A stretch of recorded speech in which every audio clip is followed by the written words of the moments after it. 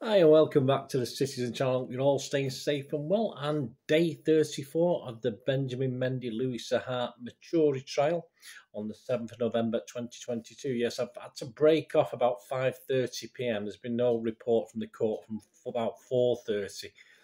But there's been no actual completion from the court reporter. So when I do this, I will just check live on air at the end of it just to see if there's any further information after 4:32. I say I'll be waiting an hour now for a report from the court, and I assume it still won't be sitting at this later time. So we'll have a quick look live at the end of this. So anyway, let's get on with this. Please, if you are new to the channel, please push that subscribe button, push the bell notifications. It'd be great to have you on board. Everything's City, past, present, forever, of course, and the good, the bad, and the ugly, perhaps.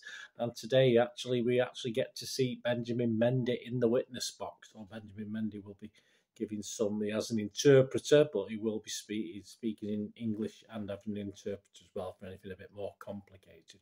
To summarise, Mr Mendy is accused of 7 counts of rape against 4 women, 1 count of attempted rape and 1 count of sexual assault. The offence is alleged to have taken place at his Cheshire mansion between October 2018 and August last year, related to 7 women in total. Mr MATTURIE, his co-defendant from Eccles, Salford, is accused of 6 counts of rape and 3 counts of sexual assault related to 7 women. Judge Stephen Everett resides at Chester Crown Court, and my thanks as ever to the Manchester Evening News Timeline and their court reporter today, Seamus McDonald, but he actually left around 4 p.m. Perhaps he had to go and pick his kids up, I'm not too sure, but Mr Andrew Bardsley took over. That may be part and parcel why we're having a bit of trouble getting reports from the court. We'll have a look at that later anyway. The jury read a statement dated from November last year on behalf of a woman who says she has known Mr Mendy for about 2 years. She said she had a casual sexual relationship with Mr Mendy, but their relationship has never been exclusive or official. She said she met Mr Mendy through a friend. She was at Mr Mendy's house in Prestbury in July last year for a barbecue. This was the night when woman 6 alleges that Mr Mendy raped her, which he denies. The witness says Mr Mendy was there with Mr MATTURIE and 2 other men. Woman 6 arrived at the house late. She said she wasn't sure who invited them. Some girls just want to be around footballers for their social media profile. I genuinely get along with Ben and his group, she said. The witness says that later decided to travel to a nightclub in Manchester before they returned to Mr Mendy's home at around 4 a.m. She said they went to the pool area and she was kissing and hugging Mr Mendy. The woman said her former partner arrived at the house. She claimed he started giving me a bit of grief about being at Ben's house. She said she decided to leave with her ex. The witness said since that night she had returned to Mr Mendy's home on 3 occasions, that they had sex on 2 occasions. She said she video called woman 6 the following morning and she could see that she was chilling and lounging around at Mr Mendy's home. The witness said she can't imagine that Mr Mendy is guilty of the allegations. She said he didn't put any pressure on her during their relationship, that he didn't ask her to do anything I don't want to. A recording of an interview with police with the witness is now played to the jury. The officer asked her whether she had her mobile phone taken off her when she attended Mr Mendy's home. They never took mine off me. I can't account for anybody else, she says. The next witness is Detective Constable Sayer, who has given evidence earlier in the trial. She's now being cross-examined by Eleanor Laws KC, Benjamin Mendy's barrister. Ms Laws is questioning her about the process of how video-recorded interviews conducted under Achieving Best Evidence ABE guidelines are carried out by police. Ms Laws asked DC Sayer about the process where victims of violent crime, including sexual assaults, can be entitled to compensation through the Criminal Injury Compensation Board. The officer agrees that the police have no involvement in the process other than when the CICB may ask them for information about a potential compensation claim. Ms Laws asked the officer if she knows whether any of the complainants in the trial have made a claim. Nothing has come to me, she says. I've checked our system as well. There is nothing against any of the complainants to say that a request has been made.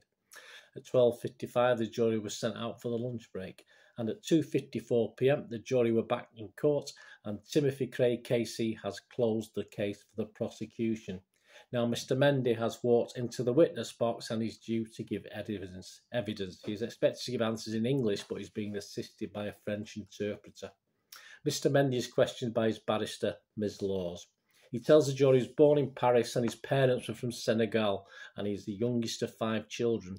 Mr. Mendy says he didn't enjoy school life but loved football. He agrees that his family didn't have much money when he was younger. He attended a residential football academy at Le Havre and didn't often see his family because it was a 2-hour drive from his home. Mr. Mendy started playing football professionally for Le Havre in 2016 before moving to Marseille, then to Monaco and then to Manchester City in 2017. Mr. Mendy said his older brother came to Manchester to help him buy a house. His home in Prestbury was the first he viewed. He then bought it, the jury are told. Asked what he thought of the house, Mr. Mendy said, I was like, wow, this is the first time I've seen a big house like this. I just loved it. Mr. Mendy said he lived at the home with 2 friends initially. Mr. Mendy was asked about his attitude to welcoming people at his home. For me, it was fine. I was happy. If people enjoyed it, I was okay with that, he said. Asked about his attitude to life, he said, I really enjoyed to be out. I was so happy to be there and excited. Mr. Mendy said he met Mr. Matturie on a night out and got on really well with him. He was not an official employee but helped Mr. Mendy with chores, he said. He said Mr. Matturie invited some women to parties and he invited people also. Mr. Mendy said he would go out 2 or 3 times a week when he played for Manchester City. Ms. Laws asked him how easy it was to meet up with women and have sex. Honestly, so easy, he said. Ms. Laws asked about the attention he received from women. He said he first noticed this aged 18 when he played for Marseille. The way women were coming to me, I never had that before, he said. Mr. Mendy said he didn't realise why at first, but that he believed women approached him because of the status. Mr. Mendy said the attention became 10 times more when he played for Manchester City. Manchester City is one of the best teams in Europe. The way they came to me is not because of the way I look, it's because of football, he said. Did you enjoy it anyway, Miss Law said. Yes, I wouldn't say it was bad, he said. Mr. Mendy said he was direct with women who he spoke with. For me, if they wanted to have sex and I wanted to, everything was fine, he said. I would carry on my party. Mr. Mendy tells the jury he enjoyed to have sex. Most of the time it's them coming to me. Sometimes I go too, he said. Asked what his attitude would be if a woman did not want to have sex, Mr. Mendy said, I would be fine, I accept it and I stop. Asked about his attitude to contraception, Mr. Mendy said, it's not a nice thing to say. I didn't worry. I knew the risks. Ms. Laws asked about him having sex with different women on the same night. He said, for me, it was normal. I realised just now it sounds bad. Asked about having sex with women who had sex with his friends on the same night, Mr. Mendy said, the same, it was part of us. Mr. Mendy said he would sometimes tell people who came to his house that they couldn't use their phones, especially if another footballer was at the house or if he didn't know the person well. I was trying to keep it private, he said. Mr. Mendy accepts he had parties at the house from 2019 to 2021 and carried on with parties even after he had been questioned by the police in relation to complaints from women. I did nothing wrong, I would just like to carry on, he said. Is that something you regret now, Miss Laws asked. Yes, yeah, he replies. When I was in prison, I realised a lot of things. I had some faith when I lost my father. I was not playing at this time. When I felt happy is when I was drinking and making parties. The jury hears that Mr. Mendy suffered 2 serious injuries and missed more than half of City's games during that period. Asked how that made him feel, Mr. Mendy said, fuming, mad, sad, everything. The jury is told that Mr. Mendy was remanded in custody between August the 27th last year and January the 7th this year, a period of just over 4 months.